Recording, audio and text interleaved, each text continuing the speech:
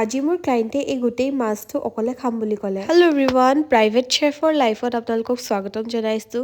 আজি মোৰ ক্লায়েণ্টৰ ডিমাণ্ড যে এই গোটেই মাছজনী তেওঁ অকলে গোটাকে ফ্ৰাই কৰি খায়, তাকো এয়াৰ ফ্ৰায়াৰ। মইতো ভালেই পালোঁ, এপিচ এপিচকে ফ্ৰাই কৰি থাকোঁতেতো বহুত টাইম যাব, সেইটো কাৰণে এইটো একদম ইজি হ'ব। কিন্তু তেওঁৰ আকৌ ডিমাণ্ড বহুত হয়, সদায় একে ধৰণৰ ফ্ৰাই কৰা মাছ এনেও নাখায়, আজি অকণমান বেলেগ ধৰণে খায়।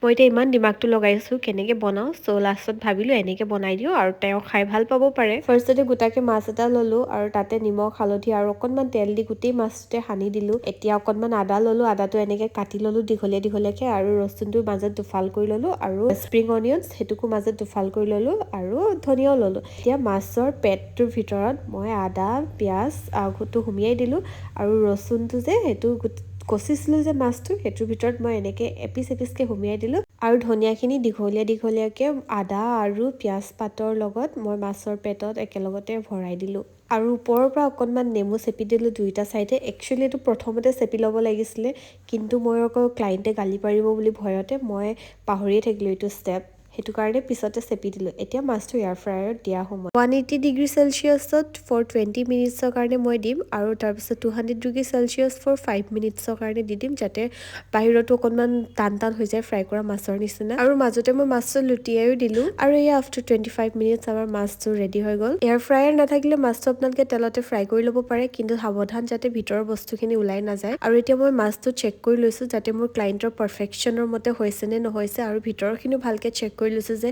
এভৰিথিং মোৰ ক্লায়েণ্টৰ মতে হৈছে নে নাই হোৱা। মোৰ ক্লায়েণ্টগৰাকীক ছেটিছফাই কৰিবলৈ বহুত টান, সেইকাৰণে ফাৰ্ষ্টতে মই নিজে চেক কৰি লৈছোঁ আৰু সদায় চেক কৰি লওঁ যাতে তেওঁ খাবলৈ ভাল পায় নে নাপায় মই আগতীয়াকৈ গম পাই যাওঁ। মোৰ ক্লায়েণ্টগৰাকীয়ে নিজৰ পাৰ্চনেল চেফকে ট্ৰাষ্ট নকৰে, সেইকাৰণে তেওঁৰ চেফগৰাকীয়ে যিয়ে বনায় সেইটো আগতীয়াকৈ চেফক টেষ্ট কৰাই লয়, যাতে কিবা পয়জন মিলালেও আগতীয়াকৈ চেফটো মৰি লয়। এতিয়া মই ক্লায়েণ্টক ছাৰ্ভ কৰোঁগৈ আৰু আপোনালোকে যদি আৰু ভিডিঅ' চাব বিচাৰে প্ৰাইভেট চেফৰ লাইফৰ ওপৰত, তেনেহ'লে আপোনালোকে কমেণ্ট এটা কৰিব। আজিলৈ আহিছোঁ, বাই।